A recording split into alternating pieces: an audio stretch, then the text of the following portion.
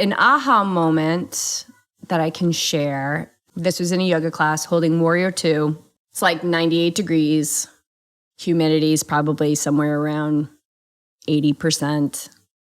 Totally silent, no music, no mirrors, holding Warrior 2 for what felt like a very unacceptable period of time. And the teacher was completely silent, which is so powerful. So powerful when we shut our mouths. And broke the silence to just say one thing. If you think it's going to suck, it's going to suck. And then just left us with that. And that moment changed my life. Because what I was doing sucked. Because I thought it sucked. And that sent me on a quest in my life to see where else I was creating suck. And I was creating it everywhere.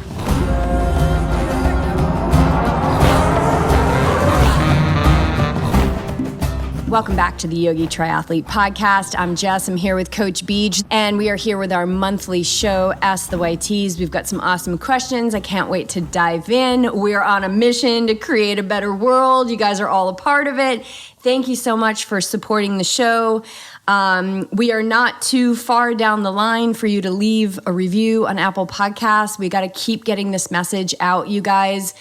And because I believe that we all came here to be our best, and I believe that athletes are tailor-made to be their best, so let's just be our best. And I believe that these meaningful conversations, these monthly shows that Beej and I do, really help to shine a light on blind spots that as humans we're really good at not even knowing are there, or covering them up, or living in untruth. So thank you for everything you do to share the show, talk about the show, and live the show. Live the techniques, live the messages that you get, because you can listen all day long, but if you don't put it into action, nothing's ever going to change.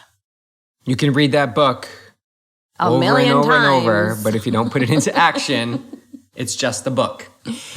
All right, what else before we dive in? The Awake Athlete podcast. I have given birth to the Awake Athlete podcast. Shine some light on this. The cool thing is that we're recording this about 48 hours before the Awake Athlete podcast season 1 drops. And it's kind of cool to be talking about it before anybody even knows about it. And really, here's the brass tacks of the Awake Athlete podcast, because I'm done hiding it. We are spiritual beings having a human experience. Do you agree with that, PJ? 100%. Okay, hear that all the time. It's kind of mainstream. Like, I feel like that's kind of a mainstream message. We hear it all the time. If we are not attending to the spiritual aspect of ourselves, we're missing the boat. Like the whole boat. I was going to say we're missing like a huge part of us, but if that is truly who we are, having a human experience, don't we want to steer the ship from that higher perspective? So Awake Athlete is about sharing perspectives and contemplations from a 10,000-foot view of life. It's raw, it's truthful. I'm super vulnerable. I tell stories that are embarrassing about how I act in public when I am under the influence of the false self, and I'm just using this as a platform to share what moves through me. And it's really for athletes who, when they hear about people on this warrior path, that it's 1 in 1,000 that actually make it, the people that are drooling, those are the Awake Athletes, the 1 out of 1,000. That's who you are. That's who I am. And I think that those people are just going to be clawing for more. But I also believe that it's going to benefit everybody who listens to it, because if you're drawn to it, there's something there for you. It's a short form podcast.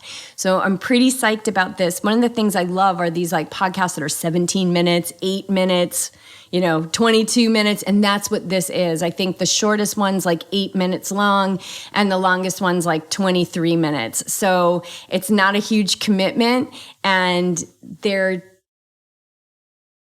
I think it's just amazing wisdom and ways to suspend our belief systems and look at life from up above, where we're seeing the whole picture and not just this narrow viewfinder of the neural pathways in our brain.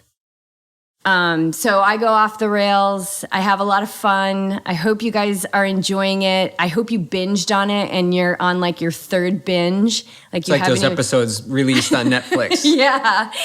11 episodes. Yes. How quickly can you watch it? So that's kind of that. I hope if you haven't checked it out, go check it out. Leave a review. Share the show. You guys help us get this message out into the world. You know, athletes, we want to be our best. And if we're not attuning to our best self, then we're never going to be our best. And I want to be my best. Like for me, being a master that's the only option. That's the only option.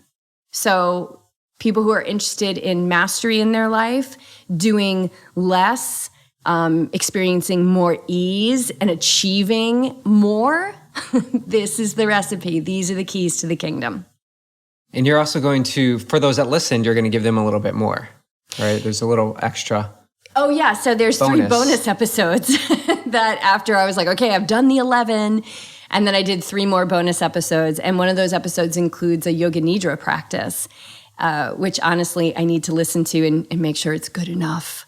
The ego is very much involved in this podcast, but I'm keeping it in check. I just want to make sure that it's something that I would enjoy. So I'm going to listen to that. But yeah, I got 3 bonus episodes in there. One's about breaking cycles. The other one is a yoga nidra practice. And the other one is something I can't. Oh, I know, when you wake up in the middle of the night and you're like in a total panic.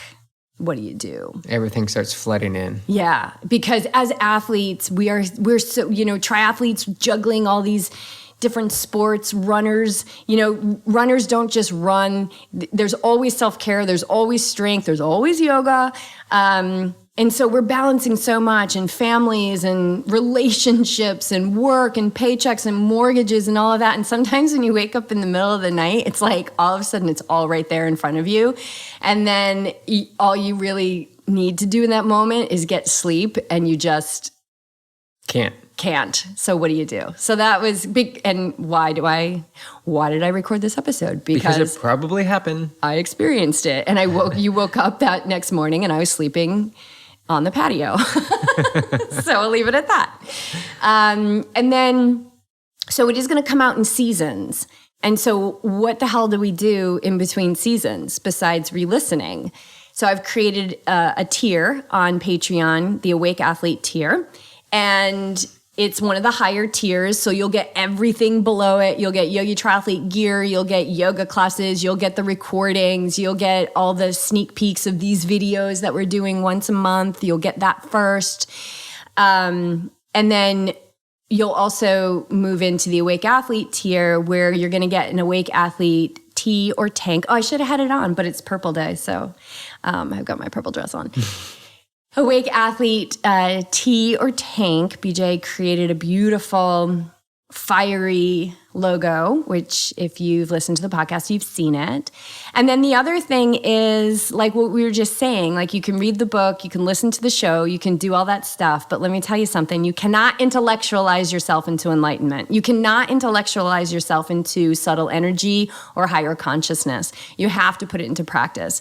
So once a month, and it's going to start in September, once a month, we're going to have a monthly call. So everyone in the Awake Athlete tier, or anyone who's above the Awake Athlete tier, will automatically get the Awake Athlete tier. We're going to come together once a month, and I'm picturing these calls being about 30 minutes.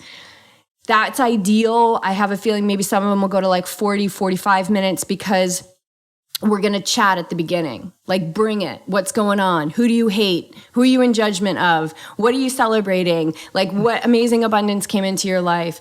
Like, let's just share it real quick, kind of give us a little bit of a temperature, and allow that temperature to guide a meditation. So I'll lead a meditation once a month, and as a group of Awake Athletes, we're going to come together and we're going to put this shit into practice, and we're going to walk the walk, and we're going to talk the talk, and we're going to change on a cellular level together.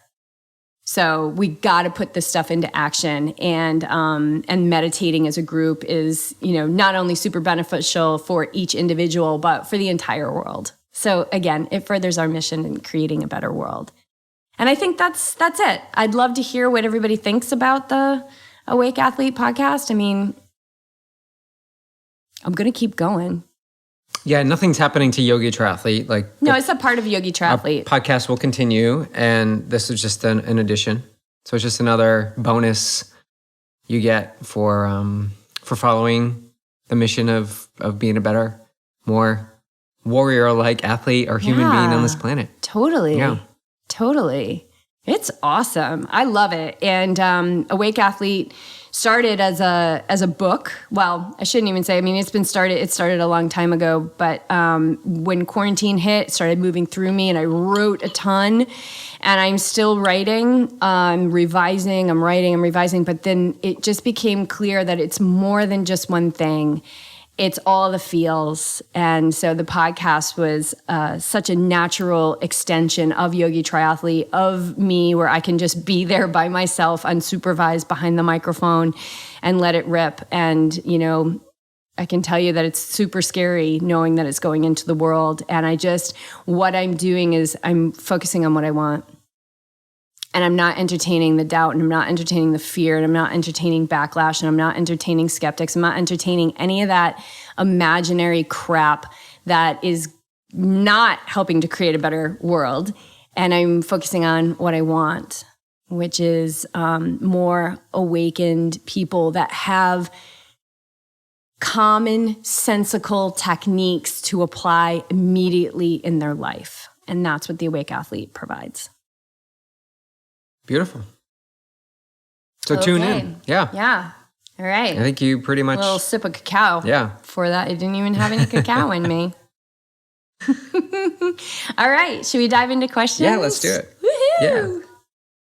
I think last month we didn't have any questions. We just kind of talked. We didn't take any questions. We didn't take any. This is good. We didn't put it out there. We've got a few, so we're gonna blast through them. Well, why don't we go in order of how we got them? Why don't you start with Kai's question? And I don't know what Kai's question is. Okay. And I wasn't supposed to know until this moment right now. All right. Kai is a Team Yogi Triathlete, warrior, runner, 2021 warrior camper. I love him. All right. He knows that. Here's the question. You two spend more time together by far than 99% of couples. On the surface, and I believe in reality as well, you are very connected and happy together. How do you pull that off, especially in light of how much time you spend together? So I kind of hinted to you, like we've answered this question in parts before, because we were, just a little backstory to our story is we went on the road and were together in a car, tiny car, with everything we owned for 6 months, living in close quarters in a tent, 80 by 80 square foot tent. It was 80 by 80. No, it was just an 80 square foot tent. It was 8 by 10. 80. It was just 80. It was just 80. It was small, but big. But anyway, we spent a lot of time together. A lot of time without the radio. A lot of time without listening to anything on the roads of a lot of time America. A lot of time in paralyzing fear about what the F we just did. So the appearance is, according to Kai, like we're legit, smooth. Things are smooth sailing. And for some reason, this is normal, right? How can it be that way? How can it be that way? Like, come on, let's peel back the curtains and really dive into like what's going on behind the scenes. And I'll speak for me. I won't speak for you, but what you see is what you get, in my opinion. And the way that we live life outwardly is the way that we live life inwardly. Yeah. So when you peel back the curtains, this is our life. This is how we live. And I think we got to this point because we were willing to do the work on ourselves. We were willing to see those moments where agitation would be high, and I'll speak for me. Like my agitation would be high. Let's get some examples here. When is your agitation? Like give it an example and like how you've shifted to a higher perspective in that. Yeah. An example. Maybe I mean, obviously, I'm going to be the victimizer in the situation. So well, I'm going to be the victimizer to you. It's going to be that way. I mean, that's how things escalate, right? Right. Okay. So I mean, you put me in a room, there probably wouldn't be much escalation. I mean, there's not much that you're going to say that I do to agitate you that I don't already know about. And I think that number one, that's key. All right, so let's talk about finances before we go to bed. Okay. You know, a comment or something would happen right before we go to bed. And it's like, did you get this done? And I'm like, right? And so I take that on. I take on that energy that, like I wasn't on to it. I didn't step up to the plate. I should have done this better. And initially I'd be like, no, stop telling me stop bringing that up before we go to bed. And it doesn't have anything to do with you bringing that up before we have to go to bed. It's take care of the stuff that needs to get taken care of before it gets to that point, right? So there's things that I can do myself so that it's not relying on the trigger that happens when that experience happens right before bed. And so I'm winding down, and then the energy would be picked up, and I would feel that charge. From me. Like my charge would be up. Yeah. Is that what you're saying? Well, yeah. my charge would be up too, because I'm like, oh my God, like, how am I going to go to bed now? Right. Right? Because I can't, the mind is simmering down, and now it just got charged up. And so my default would be to like, okay, barrel down, do something. Like, how can I fix it? And then that would lead to other things that were delayed. So now it's just the process of breathing through it. Okay, I understand that. I can't do anything at this point before we go to bed. So, but I don't do that anymore. You don't do that anymore. You said, oh, I thought you meant give an example. No. Yeah. No, I see where you're going. So now...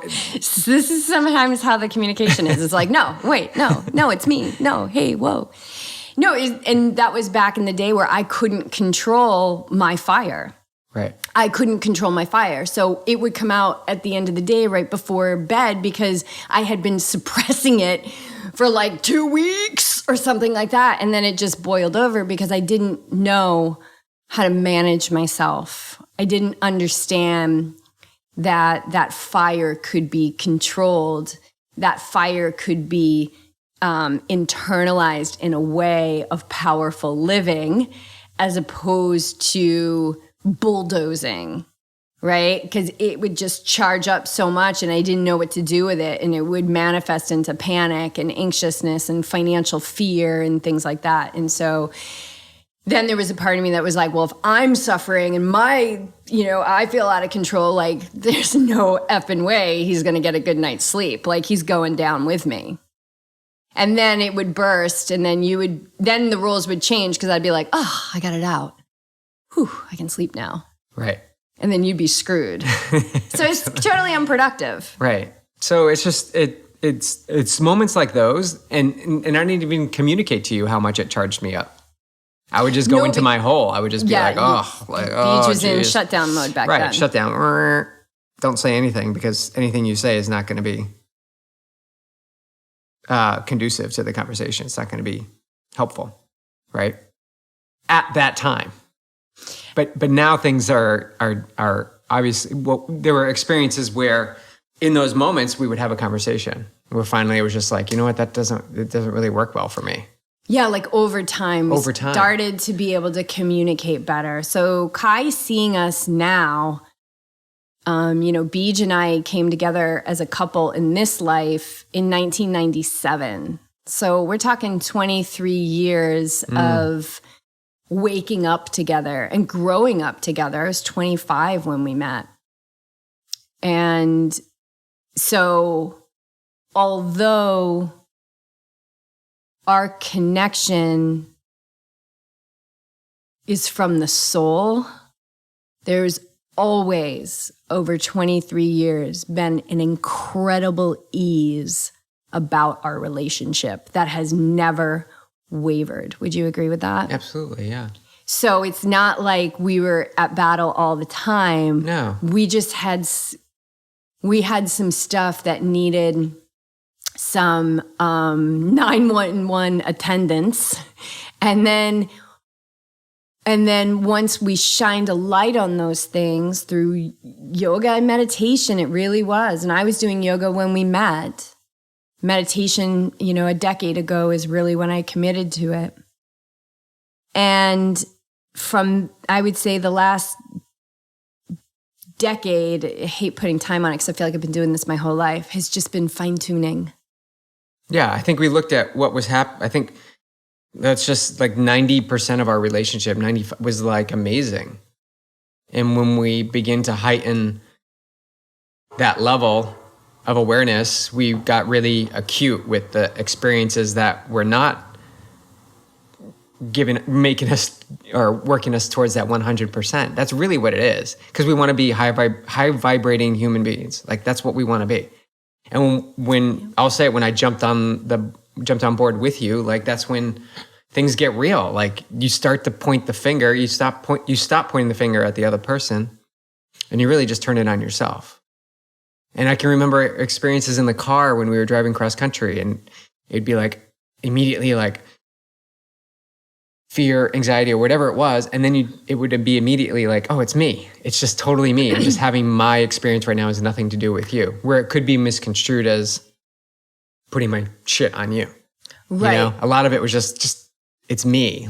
And there's so many stages to this. So there was the blind stage where we didn't know, and I had uncontrollable fire, and then you would just dig a hole in the earth and go in it, and that like doesn't. An ostrich. You know how they bury their heads? It's like doesn't work. It doesn't work. It doesn't. And then when I started going to massage school in my early 30s, which is about the same time I started doing triathlon, there was definitely much more introspection and going in for me. And that really started to awaken me on a deeper level. And then meeting our yoga mentor, which then became your yoga mentor, and me meeting our meditation teacher, which then became your meditation teacher. That's the other thing, is that Beej and I study and have learned from consistent messaging, which is the messaging that we share in this podcast. So it's been all these different layers, right? Then it was like, I see the fire, it's out of control, and I don't know what to do with it. So just so you know, Beej, I'm choosing it, and you better get out of the house or get out of my way until this blows over. Or drop me in the middle of Pearl Street in Boulder. Or just drop me off and I'll call you when I'm ready. Yeah, so there was that phase, and then there's then there was the phase where it was like, no, it's me, no, it's not you, it's me, no, it's me, no, it's not. And then that was the argument, which was interesting. It was just all about us arguing who it was about more. And now I feel like we're really riding this this section of our life of finding a more finer finesse. Because there's still things that make you take a step back and breathe. And there's still things that you do that, it's still at the essence, it's still the same things. I'm fire. I'm like boom, boom, boom, boom, boom, boom, boom. I can go boom, boom, boom at 4:45 a.m. And it's me controlling that. And letting you have your process and learning patience, which is presence. Yeah. It all comes back to us, like not looking not looking to indulge in the outside instigator or whatever that thing is that's lighting you up. It's really how you react to it that you have the power to change. I can't change the stuff that you do. I can have a conversation about it and express my feelings and emotions and frustrations, but really it's the work I need to do in relationship to what that trigger is, and get curious about why it's lighting such a big fire. And it happens in meditation and yoga. It really does. It creates the space to see more clearly what it is that is at the essence firing things up. And a lot of times it's fear and anxiety and a fear of the unknown is really what it is. When you don't have the tools, you don't have the answers, you get frustrated, you get flustered, you get angry because you should know. Like we have this pressure of you should know. And when you give yourself a break and say, I actually don't know, it's one of the most powerful things you can say. Like, I don't know how to respond to that. I don't have an answer, but I'll find out. I'll look for the answer. but right now I just don't know. Yeah, it really is about communication. And now we do our meditation sessions together. And that started to come out of a need of like you and I hitting a new level of communication where you really are like, I don't have an answer for that right now. And me noticing if that hits a charge with me, like, how can you not have an answer right now? Like, I've already got the answer that I want to hear, and taking a step back and, putting a little water on that fire and going for a walk and always looking at like, what do I want out of this? Do I want to win? Do I want to be right? Or do I want a deep, loving, connected relationship? And I talk about this in one of the episodes in Awake Athlete. So Kai, get over there. I'm sure he's already binged on it by the time this comes out. But really, like, it's any kind of agitation, charge that we get, and spouses, family members are going to push the buttons like nobody else pushes the buttons. All they are is the guru. All they are is, as it was put the other day at the meditation circle, God in drag. Like, that's all you are. When you fire me up, when an action you take fires me up, all you are is God in drag. All you are is my sacred teacher in that moment to show me that I have an unhealed hurt. So I can heal that hurt, or I can act from that hurt, project it onto you, not even live my own life in that moment, live through the narrow viewfinder of the ego, come down from the 10,000-foot view, and expand exactly what I don't want in my life, and let alone in my relationship. So this relationship is the most sacred thing to me. It's so important to me. Mm-hmm. And it's not about it making it perfect, because it already is perfect. And not in the sense that our society thinks is perfect, but open communication, like respect, honesty, truthfulness, like there's been some times that you've done stuff and I'm like, come on, Beej. Like, dude, that's like 10 years ago, Beej. That's like what you would do. Like, don't shut down, man. Don't do it. And sometimes you'll respond. Like, I can just feel you kind of clearing it. And then sometimes it's still like a deep root and you're going to act from it. And I got to let you have that. But we got to look in the mirror like we've never looked in the mirror before. Anytime you have a charge about something that is not loving, you've got work to do. Mm-hmm. So that's how our relationship is evolved into what people see, and what you see is truth. And people who know us, who have spent time with us behind the scenes, come over for dinner, like, I know they feel it and they know it too, right? And it's always been real, though. Even back in the day when I was more fiery and you were, maybe even more gentle, we've always been real, right? Like remember the whole pussies don't go to Kona thing? Like, I was pretty harsh with you on that, like locking BJ out of the house where he couldn't come home until he like got his workout done.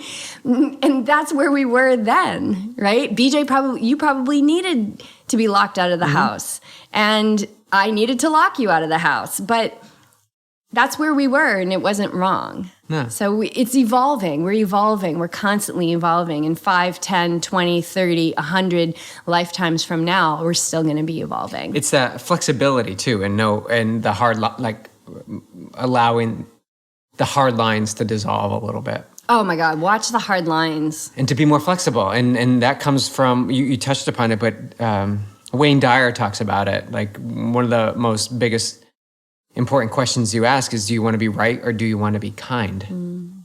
Right? And a lot of us want to be right because the ego is like, yes, that's me. I'm right. Yep. I'm the man. I got all the answers. And being kind is seen as weak because there's a surrender there. And it's an emotional thing, especially for men. I think it's more challenging for men, to be honest, to be more kind, because just this stigma of having to always have the answer and to be the man and to be strong and powerful. But that can happen too in the place of surrender. And Mark Allen talked about surrender and how important that was as well. And he's a gentle soul. I mean, you are the epitome of of gentle equaling power. Like you're so powerful, but you do it in a gentle way. But you needed to step into a little bit of your fire in order to kind of be living in this way now where your gentleness is powerful. Mm-hmm.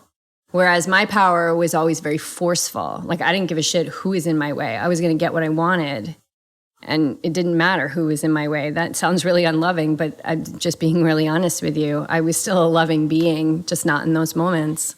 And what I've realized is that it's compassion, power under control. That fire is a gift.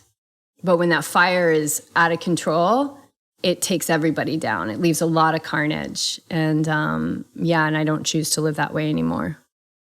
Yeah, it's such a gift. So I hope that, we could go on and talk about us for a long time. But I hold this relationship as like, oh my gosh, one of the, like as scripture, like it's sacred. And, it's ever evolving. It's not stagnant at all. And it's fun. Like it's super fun too. Like we're not just always like, we are always actually doing the inner work, but we have fun with it, like sometimes I'm like, oh, I love it when you're funny and you're not an asshole. I do. Or uptight. I love when you're not uptight. The other day you were laughing at me. I was doing something. I don't know. I can't remember. Well, if it comes back, share it because I want to know. I will, yeah. I guess I was funny at one moment, at one point. You are funny. Year. Like when you say stuff that's funny, it's like 1,000,000 times funnier than I could ever be. But that might just be our humor. Like you get my humor. I don't know. Not always. Okay. All right, let's roll this. Let's go to the next question. Rolling. Kai, great question. Keep it coming, buddy. Okay. All right, this is from Erica. Have you ever had any paranormal experiences? If yes, all the details. If no, not something you believe in, then most aha moment during meditation or during activity. God, you go ahead. So if you look at what paranormal is, right, it's outside of the realm of material science because spirituality is a science. And so when I say material science, I'm talking about like the research and the data and the information and things like that they've discovered. One of the things that they've discovered, which is interesting to me, that we think that non-physical doesn't exist, non-physical entities, non-physical support, non-physical beings, is that science has said that they've only been able to, like from what they've studied in the universe, only 10% of it is in this dense material matter. 90% of it is darkness or black. It's blackness or dark energy. So there's 90% that is not manifested into material existence. So if we are basing our life on what we see, taste, touch, smell, hear, what we see is all there is type of mindset, we're living from like 5-10% of what's available. So when I think about paranormal, metaphysical, like beyond normal, beyond the physical, that's where I spend the majority of my life. That's the majority of my life. Like I'm always looking at beyond. I look at a flower, I look beyond what that flower is. I'm always contemplating its source and feeling its source in me. So I feel like I'm always there. But, my whole life, I've had an ability to know things. I've been really, really intuitive. As I have, when I first started meditating and really diving into spirituality, I used to see a lot of things, faces, figures, stuff like that. Super exciting at first, but then I realized through the teachings I've received that it's just entertainment. Like this room that we're in right now it's not just me, you, and Clark and a couple of mics. It's not. This room is packed. We live in parallel universes. The past, future, and present are all happening right now. So deja vu is not deja vu. Deja vu is you dimension jumping into an experience that you've already had or that you will have. Something that experience when you start to attune to the subtle energies of meditation is that you do jump dimensions. I don't know if that's happened to you, BJ, but it happens to me quite often, where I am in a completely different life, and it's usually pretty quick. I'm with people. So far it's been pretty good, like just normal stuff, nothing fantastical, nothing super magical. And then I come back here and I'm like, oh yeah, like I just slipped into another universe, essentially. So we're multi-dimensional beings. We're spiritual, multi-dimensional beings having a human experience in this dimension right here. So we can get really caught up in all that stuff. But the most important one is the one that's the most obvious, which is this one. As far as conversations and communication with that non-physical support, I have had very interactive dreaming where I've been following just instructions from my teacher to ask questions and find things out and be very aware in my dreams. So I've gotten some pretty amazing guidance from guides in my dreams. So nothing too like fantastical. I know what I was going to say. When you meditate, the stillness is what allows us to start to attune to those subtle energies. And those subtle energies are that non-physical support. So it's super easy for us to communicate to the non-physical. They can hear us very easily. It's more difficult for the non-physical to come into the density of this world. So for them to get their messages to us, remember, they're really subtle and we're super dense. So it's harder to go from subtle to density and be heard. But from dense to subtle are any time you think or have a desire or pray for something or ask for something, like it's already done. It's just we lack the belief because we rely so much on physical evidence, and we introduce doubt, which kind of screws up the physics of things. And we ask for things and then we don't look for them. Like, please do this, like, please, I need this, right? The desperation prayer. And then we don't look for the signs. So I was just talking to someone the other day who is so just amazing hardcore on this path, right? Doing everything, doing all the things. And this person was saying, like, you have no idea. Like, it's crazy what's lining up. All this stuff's lining up and it's lining up. And I was like, yeah, but this is happening. This has been happening your entire life. It's just you started to pay attention to your life. And when you start to pay attention to your life, paranormal, metaphysical, it's all over the place. And what we focus on expands, right? Yes. So if it's in our awareness, aren't we going to... Yes. You see the car that you want. Right. You start to see it over and over and over again because it's in your awareness. You're gravitating to it. Right. Like attracts light. Yes. Yeah. So yeah, nothing like that Hollywood would have made a movie about, but yes, I have lots of interactions. All those faces and stuff, that's faded away, which is nice. And that's actually telling me that I'm getting more clear, that the mind is getting quiet. But an aha moment that I can share was in a yoga. I've had many. This was in a yoga class holding Warrior 2. You may have heard the story already. It's like 98 degrees. Humidity is probably somewhere around 80%. Totally silent, no music, no mirrors, holding Warrior 2 for what felt like a very unacceptable period of time. And the teacher was completely silent, which is so powerful when we shut our mouths, and broke the silence to just say one thing: if you think it's going to suck, it's going to suck. And then just left us with that. And that moment changed my life, because what I was doing sucked, because I thought it sucked. And that sent me on a quest in my life to see where else I was creating suck. And I was creating it everywhere. So that was an aha moment. What about you? Paranormal? No. I used to make you watch horribly scary terrible ghost movies. This It's is not my jam another phase of our at all. relationship, which I have no interest in anymore. I just want the feel good movies now. I know.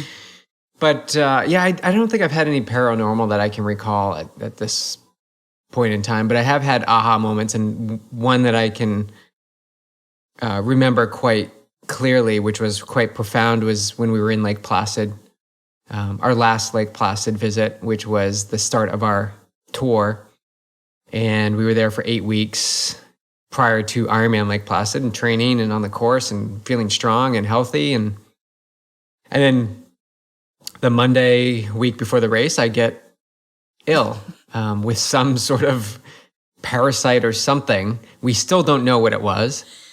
And luckily at this point, I had the tools to navigate my way every day, continually keeping momentum moving forward.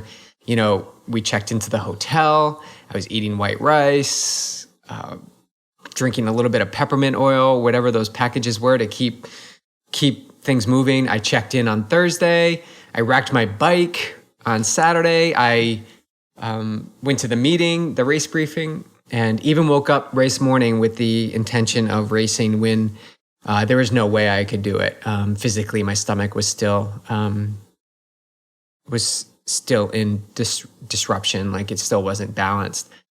And the race came and I worked my way through it like a master, I'd say, after working on all these tools of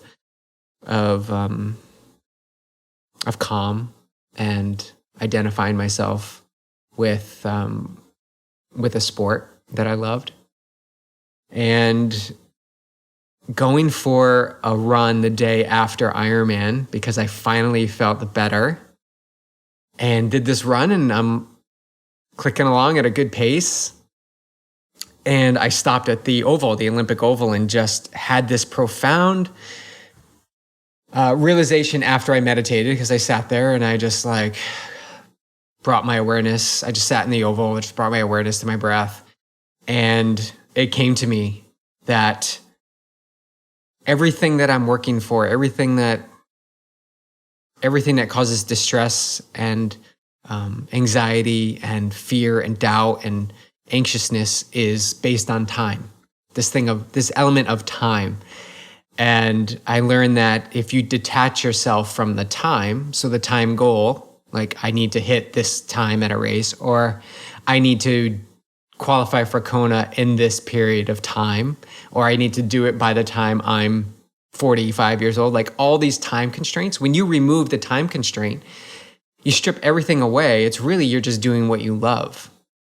And if you love what you're doing, it will take care of itself. And you got to have that trust and faith that you don't dictate the timeline. The timeline is done externally, like it's already presented to you. But we try to fit into this hard line of when we anticipate things to happen. And so I came out of that meditation, recorded a video on it, and we should actually post it. The focus of it's detachment, and understanding that when you detach from time, strictly just time, let's just talk about time. Take yourself out of time. Man, it relieves a lot of stress and pressure. And it doesn't mean that I give up or anyone will give up. It just means you're focused on the present moment where time doesn't exist, right? You're strictly doing what you're doing because you love it.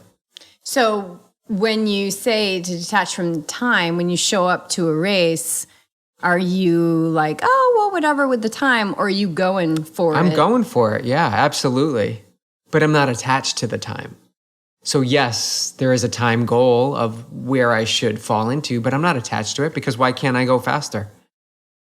Why can't I crush that goal? So it was pretty profound for me. And I've shared it with others, and they seem to have, gravitated to it. But think about that. Take away the time element from things, and see how you navigate your day. Yeah. Cool. Speaking of detachment, we have a question. All right. About letting go. All right. You've got it. I do. I do. You do. No, it's you. Oh, yes. Oh, man, this is so good. Any tips on how to detach from sentimental items? I have the hardest time with this. How have you done a podcast on it? I'm sure we've talked about this a lot, but this is, I mean, detachment is the biggest thing that us humans need to learn, because eventually we're going to have to detach from our bodies. Right, we're just renting. So we're renting space right now. That's kind of the endpoint, but we can talk about.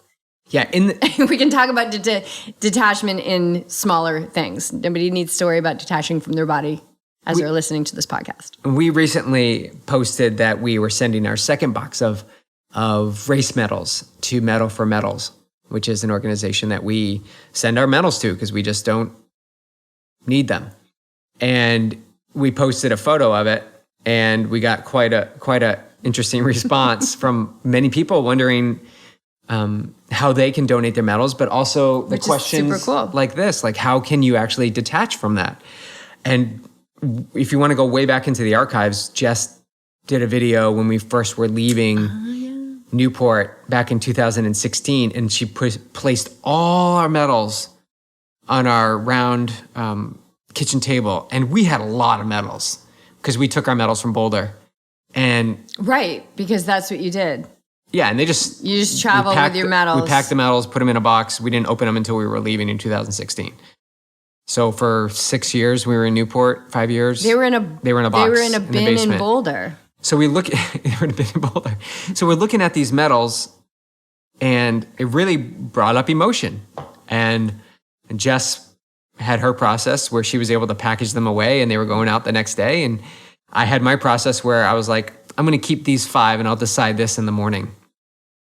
And that morning came, and I still got rid of those medals. So we packaged all our medals up. So we'll put a link to that video too. But medals are a pull on the heart because it's physical evidence that you accomplished something. And having the knowing that you accomplished it isn't enough. Would you agree? To the ego. The low ego, the lower self. So having a medal can show that you've achieved this, and for some people it's amazing. Like this is everything. Like getting the Ironman medal. Like this is my first Ironman. I remember so many things about it, and that's great. In our experience, the medals just sat there, and we had the experiences from those days that we held close to our hearts, and we didn't need these medals to showcase that. And so when we donate these to Medals for Medal, they're actually put to good use. And that just really, really grew this feeling of detachment.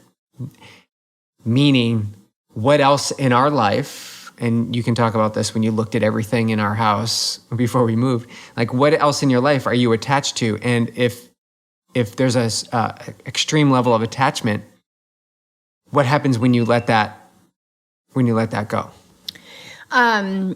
Yeah, so we'll put a link to that video. That's a good video because if I remember correctly, I may have gotten a little emotional in that video because it was painful. So when people look at what we did, we put our whole life into a carry-on suitcase. What they don't see is the 10 years leading up to that. And before the 10 years is what they don't see is when I was 8 years old, I was like getting rid of stuff. So I was the other extreme. I would get rid of too much. Like I'd be like, oh, why did I get rid of that? I need that. I mean, just the other day I was like, oh, and I was like, no, I got rid of it. You're like, of course you did. So my whole life I've been a get rid of person. But that doesn't mean that I didn't have excess. I had excess, which was the whole aha moment, another aha moment that I had the day I was walking through our house, and I stopped in my tracks and I couldn't breathe. And I looked around, and I had everything I ever dreamed of. I had a house that looked like a picture from a Pottery Barn catalog. I had beautiful artwork. It wasn't cluttered. Not all the drawers were full. Like we lived really simply. We didn't have a TV. We had one car. We had 4 plates, which were 2 plates too many, right? Like we still had too much. And that was when I was like, this is all got to go. And it was probably another year before we decided to really get rid of everything, but it was like this lifetime of always paring down. So I'll talk about my grandmother's jewelry. So I had, when my grandma died, I was in 8th grade. And we were cleaning out her little apartment. She died like so perfectly. She transitioned from this earth in her sleep. She was 92 or 94, I think. She was just Nana. Her name was Jessie. I was named after her. She was just amazing. She could tell you everything about the Red Sox. And so it was, it was a beautiful day of just remembering her, and we were cleaning out her stuff, and my sister and I were there, and my sister, we were looking at her jewelry, and I took some of my grandmother's jewelry. I took a ring and some earrings, and my Nana, I don't know why I'm calling her grandma, I never called her grandma. My Nana always wore like brooches, so I had this really beautiful stuff that I was never gonna wear. I think I wore the earrings once for Halloween, and they were in a really special box. That was in another special box. That was in a plastic bin under the bed in the spare bedroom. And that's where those things sat. And they sat there when I lived at my parents' house. They stayed there when I was in college. When I finally claimed everything from my parents' house, they went under whatever bed I was living in, until eventually they went under the bed in the spare bedroom in our last house in Newport, Rhode Island. And so I was only down to one bin of stuff, right, which is pretty good. And I opened up the bin and I found her jewelry, and I was like, okay, well, this has got to go. And I remember laying it out, and it was really beautiful. And I had all the thoughts, well, I'll give this to my mom. No. I'll give it to my sister. No. I'll give it to someone. No. I'm going to donate it to Big Brothers Big Sisters. That's what we're going to do. And I'm going to keep single-pointed focus. We're donating everything there. And it was painful because I felt guilty. I felt kind of like an asshole, nobody does this with their grandmother's jewelry. And then I was like, but it's been in a bin under the bed. I'm now 40 something years old for a very long time. So what is it serving? Just holding it there, just hoarding it there, putting energy into it and having it take up space, and nobody's enjoying it. So I started to get some dialogue around it. And then I thought, when I sat, actually, and there was a little chair in the spare bedroom, and I sat down that day and I closed my eyes because I was feeling pain and I was feeling sadness and I was missing my Nana. And I meditated, and I had this memory about walking on the beach with her in St. Petersburg. And I could feel her hand in my hand. And I could hear her voice. And I remembered the skin on her arm and how tan she always was. And I used to go down there all the time. And that's when I knew that I wanted to live somewhere where it was warm all year round, which took me a long time. And now I finally do. And I thought, when I think of my Nana, I don't think of her earrings that are in a box in a bin under the bed. Not only do I think, but I feel her hand in my hand. I feel us walking on the beach together, and that's something that nobody can take, that I can't donate. I've got that forever. So that was my process, and I donated that stuff, and that was it. So that was my experience. I mean, it's a process. And the thing is I was willing and ready, which doesn't mean you don't feel anything. You feel stuff. But if you're not willing or ready, it's okay too. It's okay too, but just stay curious. Yeah, start questioning the number of t-shirts you have. Right. Right? I remember I had to get down to 5 t-shirts when we were leaving, and I still had 10 total, the day before we were leaving. Or the day we were leaving, the morning up, because we still put stuff out on the curb. Are you guys getting a theme here? Beej waits to the last minute. I wait to the last minute. Which drives me crazy. But it's my process. It's me. It's not you. It's totally me. It is you. But what I've done in my process is the things that I have the strongest pull to, that's the thing I need to let go. Oh yeah, that's good. You do the opposite. Woo! You get to the extreme. The good t-shirts. I remember the t-shirts I was letting go, and they were awesome. But once you start on this path, like you really don't want to accumulate much more down the road. You start to get really curious. We dragged my spare wheels for my bike across the country. As soon as we got here, I sold them. Yes, we did. That was God and drag for me. Yeah. So that drove me crazy. One set of wheels, one bike, one trainer. I had one bicycle or two bicycle kits for a long time. It's just, can you make do with what you have and get curious about what you actually need? Because we live in the real world. You can go out and get stuff if you need it.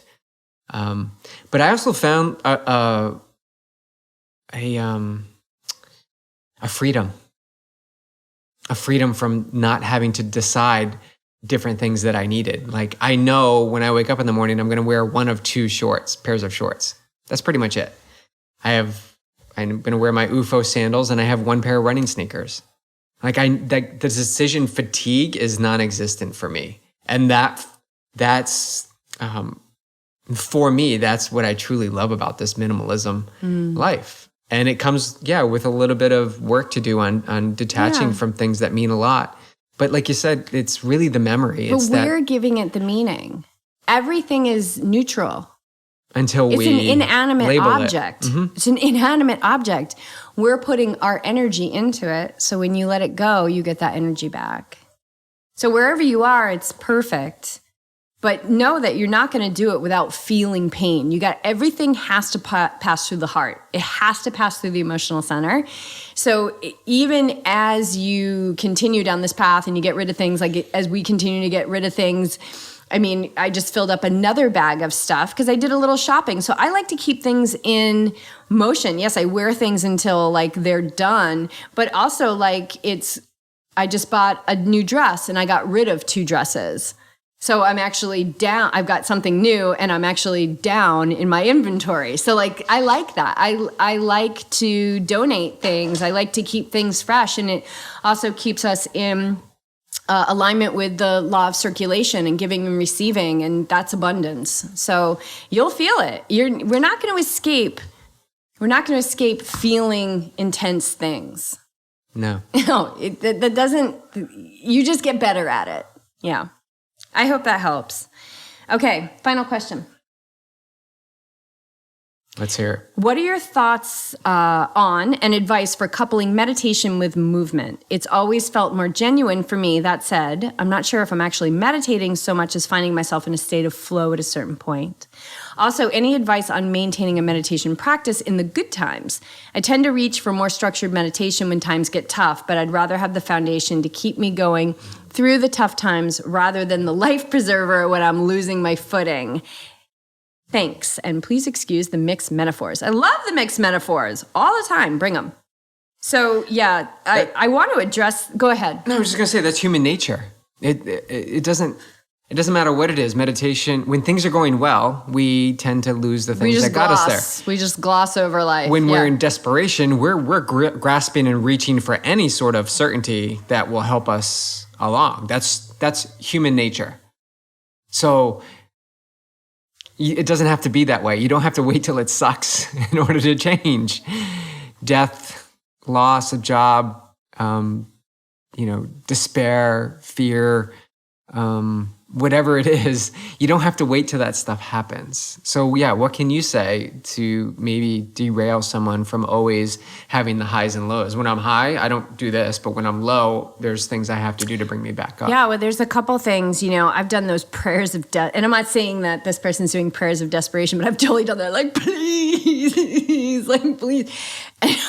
And like the feeling is super important because the feeling is the creation. So if I'm praying out of desperation or I'm only connecting with my high intelligence and the stillness within when I'm going through tough times, my higher intelligence is going to say, oh, this is so great. I love this question. Like, what does my inner being think about this? My inner being thinks like, this is so great. She's coming to the altar of intelligence when she is in a tough time because it allows her to feel better. This is great news. So let's continue to roll those waves in, give her more tough times and more tough times and more tough times and more tough times. So she can learn even more that meditation makes her feel good. Meditation makes her feel good. Meditation makes her feel good. And then eventually she'll say, hey, I want to continue to feel good, so I'm going to do this all the time. So that's kind of like what happens there. One thing that I see this all the time, and I've really practiced it within myself. When things are good, when you feel calm, when you feel peaceful, when you feel abundant, when you feel like, I got like no financial issues right now, freaking feel that. Stop and feel that so that you can remember how that feels when times are tough. So it's super important to do it in the good times. And the thing is that this highs and lows of life, like that's going to continue to happen. But when we have a steady practice, we get that skill and that finesse to ride those waves the same. So it doesn't matter what's coming at us. We're a skilled practitioner of life, no matter what is crashing in front of us, whether that is a crash of amazing deposit in our bank account, or a crash of like looking amazing in a new outfit, or a crash of losing somebody that you didn't expect was not going to be here tomorrow. That it doesn't matter what comes at you. The consistency in your meditation game is going to be the consistency in your ability to be skillful at playing this game of life. So I think that is evidence enough for me. But again, it's like, where are you now? See where you are now. See if it's really serving you. So we got to keep looking in. Is what I'm doing serving me? And I'm thinking that perhaps maybe it's not serving you as well, because you're saying like, I kind of want this in the good times. So honestly, you just have to do it in the good times. Sticky notes, like little messages for yourself everywhere, that stuff works for me. I think it works. Like it works for other people too. So you just got to take the time to kind of make good on what you want. And when you do more of what you want and your actions back up your desires, your life is going to flow so much easier. So yeah, like when you feel calm, sink into that. It's not just a check out time. If you're watching Netflix and you're just like, oh, this movie's so good, like you're kind of zoning out, feel how, if it feels good, like feel that, remember that. We all know what it feels like to have life suck. We all know what it feels like to be angry. Because when we're in it, we pay so much freaking attention to it. Because we want to get out of it. Because we want to get out of it, which actually creates more of it. Because the very wanting of it to go away is a fight, is a resistance. Which creates persistence. Yeah. So if you want persistence, like it's consistency, it's being consistent with tuning into how you want to feel. And when you feel those desirable things, calmness, peace, generosity, forgiveness, gratitude, abundance. You guys, take a freaking moment and sink into that and get more and more and more and more and more and more and more and more and more and more and more and more of that. Get more of that. That's how we get more of it. We attune to it. This isn't like, yes, we choose it, but it's an attunement. Those are all higher, subtle frequencies. They're not as loud as the anger or the frustration or the fear. That stuff is low. It's dense. It's heavy. It's loud. So it gets our attention. But that's why you need that mindfulness practice every day. Yeah. And so the trick, the recipe is like, you just got to do it. You just got to do it every day, even when you feel great. And especially when you feel great. Again, momentum. So shit hits the fan and you're not meditating. And so you start meditating. So now you got to pick up all that momentum to get you back up to feeling good again. And then you feel good. And then you quickly turn off the switch because you feel good and you don't have time to meditate anymore because things are so good that you're really embracing what's happening, and that stuff falls to the wayside. So I've seen it, I've experienced it, falling off the wagon. But the more you can commit to the practice, the less the highs will be high and the less the lows will be low. And that's not stealing from the highs of excitement and happiness and joy. It's just coming back to a more neutral state where it doesn't matter when things are phenomenal or things are terrible. It doesn't matter. You're riding that neutral wave where you're choosing how to feel. And when you ride that middle wave, when you can just like hang there for a long period of time, and have that consistent meditation practice or mindfulness practice every day, you've got the tools to navigate any circumstance or experience that presents itself. But what we gravitate to is the high and the low. This is what we're conditioned to. Yeah, we're a little addicted to that stuff. Yeah, we're just the addicted. extremes. Yeah. So high intensity or no working out at all. Like those are the extremes that we see. I'm going to go after it or I'm not going to work out. How about we just do a little bit every day? And the key is to release ourselves from this push-pull. Like, I want it, but I'm not doing it. I want to meditate when I feel good, but how can I do that? No, you just got to do it. Yeah, just don't think about how. You just got to do it. Or how long. Just don't think about those things. Just do it. Yeah, I mean, 5 minutes. Right. 5 minutes is plenty. The feedback I get sometimes where they say, like, I opened up Training Peaks and I saw the workout, I saw the meditation, I saw the workout, and I didn't think about it. I just did it. And it was amazing. Oh yeah, I love that pink. I actually did. BJ gets like messages like, I actually did what you told me to do, and it was awesome. Like, it worked. Right. So so just do. And I'm not saying don't question or get curious about the purpose of the workouts and stuff. What I'm saying is don't let the mind interrupt the simple fact that all you need to do is act. Right. And the secret behind everything that you guys see and want more of, with how we're living our life or things that are coming to us in our life, like the secret is the consistency in our self-study. And our self-study is based in a daily meditation practice. That's the secret. It's just like I sit on that cushion is like a scientific laboratory. I get in the laboratory and I do some study on myself. That's it. It doesn't have to be more than that. And that everything follows that. Like, it's just amazing. Doing nothing changes everything. And it's so simple that the mind can't get its little desperate little fingies around it. Right. It says, no, it's got to be more. Say, body, sit still. Yeah. I'm going to go dive into the mind right now. I'm just going to go be quiet. So body, I'll get to you when I'm done. Right. So that leads into the second part of this, which is the movement in meditation. Oh, right. Yeah, absolutely. You can have a meditative movement, 100%. If you come to our yoga classes, that's essentially what we're teaching. Our intention is to teach a meditative flow, a meditative movement. But meditation is stillness. The asana, the pose of meditation is sitting still. Meditation is your mind in deep rest. Meditation is stilling the mind, and you can't still the mind when you're moving.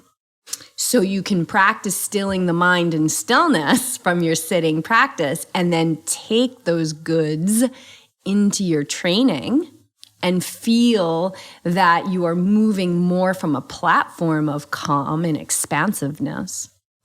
But meditation is not moving. And I would ask. And that's the mind wants to stay busy. Right. And so I would say that's the mind in control. And I think it's always the first step before a sitting practice is like, well, I can just do a meditation. And it's awesome. It's amazing, but it's not a sitting practice. And really, if you want to get the fruits, even though you don't do it for the fruits, but I mean, you want the juju of meditation, we got to sit down. We got to close our eyes, shut our mouth, stop moving the body, and see what's brewing under the surface. Be still. Have the body be still. It's the only, believe me, I couldn't sit down. And now I meditate twice a day. But I get it from the runner's perspective. Totally because get it.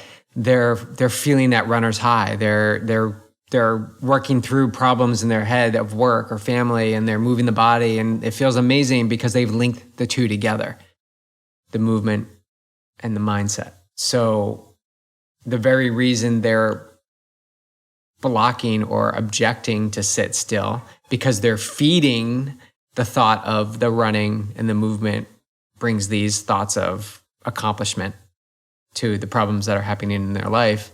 The very reason that they're objecting to sitting still is the very reason you need to sit still and be calm. And the next step is normally I can't do it because my mind is too busy. I can't sit still because my mind is too busy. Can't sit still because my mind is too busy. And the mind is too busy because we're not sitting still. Right. It's you got to go through the battle. There's no perfect. I love this. I've addressed all this stuff in the Awake Athlete podcast. It's great. I'm so excited. But when they it's not a good meditation, or it wasn't a good meditation today because my mind was busy. There's no good or bad. It's a consistent practice every day. Show up, notice the thoughts, choose to not indulge in the thoughts over and over again. Eventually, over time, you'll create space between your thoughts and your actions, and there's the magic. And it takes time, and you're going to go through phases, and it's going to take days and weeks and months and maybe years and lifetimes to get to a point where you sit still, calm, you tell your body to sit still, you'll get to it, it's safe, and you dive into some stillness and quiet, and you begin to discover things in your life that you never knew of before, that have always been there, and it came from stillness. Yeah, the stillness is it. That's I'm sorry to be the one to say it, and I can tell you that I never wanted to meditate. I never wanted to sit still because I didn't have the ability to sit still. I was always on the move. And that's another aha moment, the moment where I sat on the couch and was like ejected off and looked in the mirror and realized that I was the girl that couldn't sit down. But I sat and I saw the volcano and I sat in the battle and I breathed through the battle. And sometimes I screamed in the middle of meditation because I had to release some of the pressure that was cooking within because I hadn't stopped. And eventually it starts to simmer and it's manageable. And then it becomes delicious. And then it becomes a way of life. And then you take it into every bit of movement that you do, and everything becomes more expansive and meaningful and joyful. Even the shit. And it's something you can do. I was just thinking about this. Something you can do when you can't run. You know, what happens when you can't run and you can't get that feeling? You can always sit still. Mm-hmm. You can always find a seat. So we tend to attach to these things or actions or movements or whatever it is. But really, it should stand on its own. And you can be with meditation and be whoever you want, wherever you want, however you want, any time of day. And that standalone power that you get back it's like beautiful. It's so beautiful. Yeah. That's beautiful. Oh, thank you.